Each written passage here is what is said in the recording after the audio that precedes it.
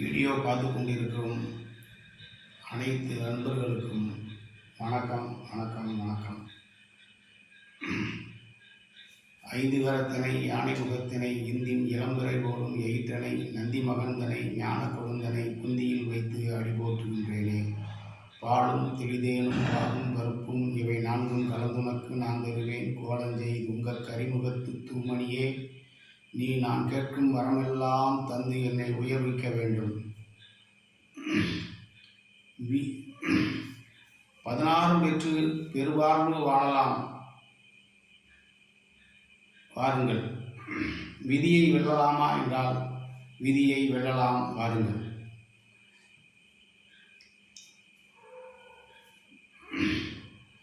கர்மாவை வென்று விதியை வென்று மிக பிரமாண்டமான வாழ்க்கையை ஒவ்வொரு மனிதனும் வாழ முடியும் என்கிற வகையில் நான் முன்னொரு காணொளி, இதற்கு முந்தைய ஒரு காணொளி ஒன்று போட்டிருக்கிறேன்.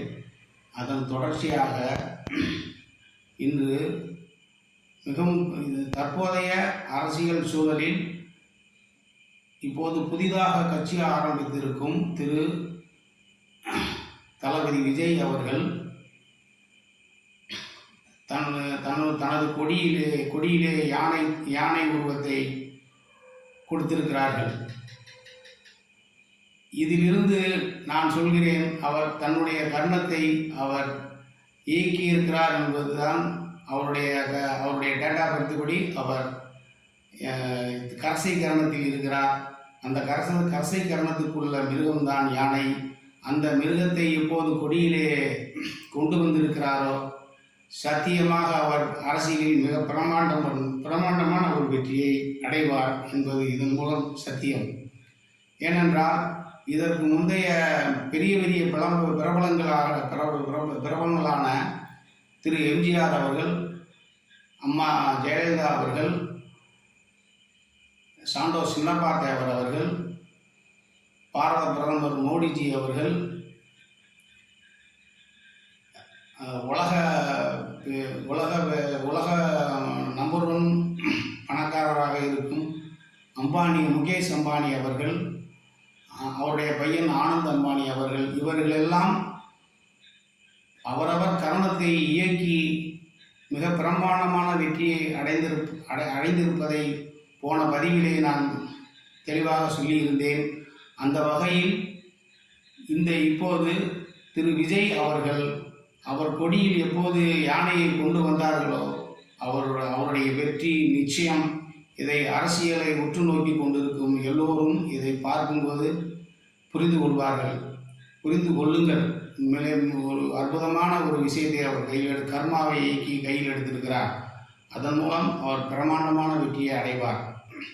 அது மாதிரி ஏர்செல் நிறுவனர் திரு சிவசங்கரன் அவர்கள், அவரும் திரு கோபிநாத் அவர்களும் இருவரும் பேட்டி எடுக்கும் ஒரு காணொலியை நான் காண நேர்ந்தது.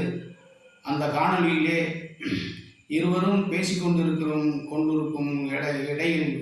இடையிலே அந்த டேபிள் மேலே மயில் சிலை ஒன்று பெரிதாக வைத்திருந்தார். அவருடைய பேட்டிகளில் அனைத்திலுமே இது மாதிரியான அந்த மயில் சிலை இருப்பதை நான் பார்த்தேன்.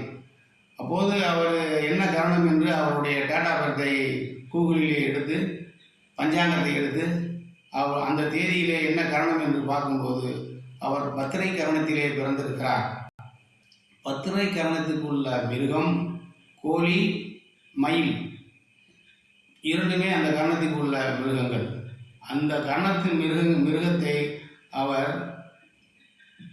வழிபடும் இடத்திலே வைத்திருக்கிறார் என்றால் அது வழிபாட்டுக்காக வைத்திருக்கிறார் என்று பொருள் கொள்ளலாம். ஆனால் சந்திக்கிற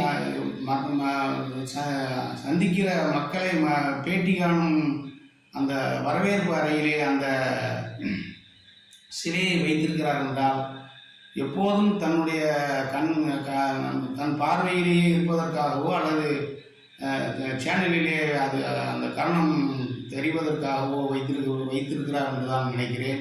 அந்த வகையிலே அவர் அந்த கர்ணத்தை பயன்படுத்துகிறார்.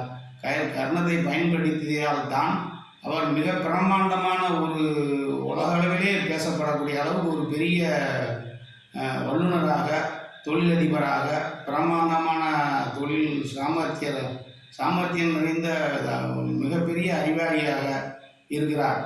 அந்த வகையில் அவர் அந்த கர்ணத்தை இயக்கி தன் வாழ்க்கையில் மிக பிரம்மாண்டமான வெற்றியை அடைந்திருக்கிறார். அதே மாதிரி நாம் எல்லோருமே அவரவர் கர்ணத்தை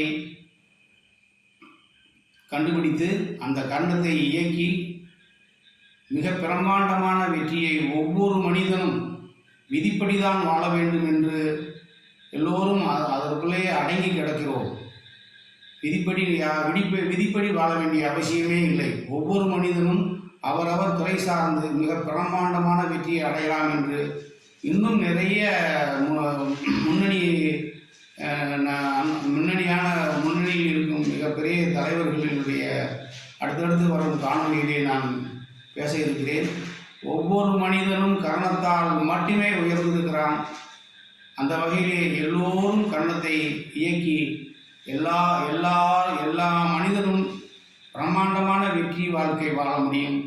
16 பெற்று பெருவாழ்வு வாழ முடியும் என்பது சத்தியம். வாருங்கள், விதியை வெல்வோம். நன்றி, வணக்கம். கரசை முருகேசன், மதுரை.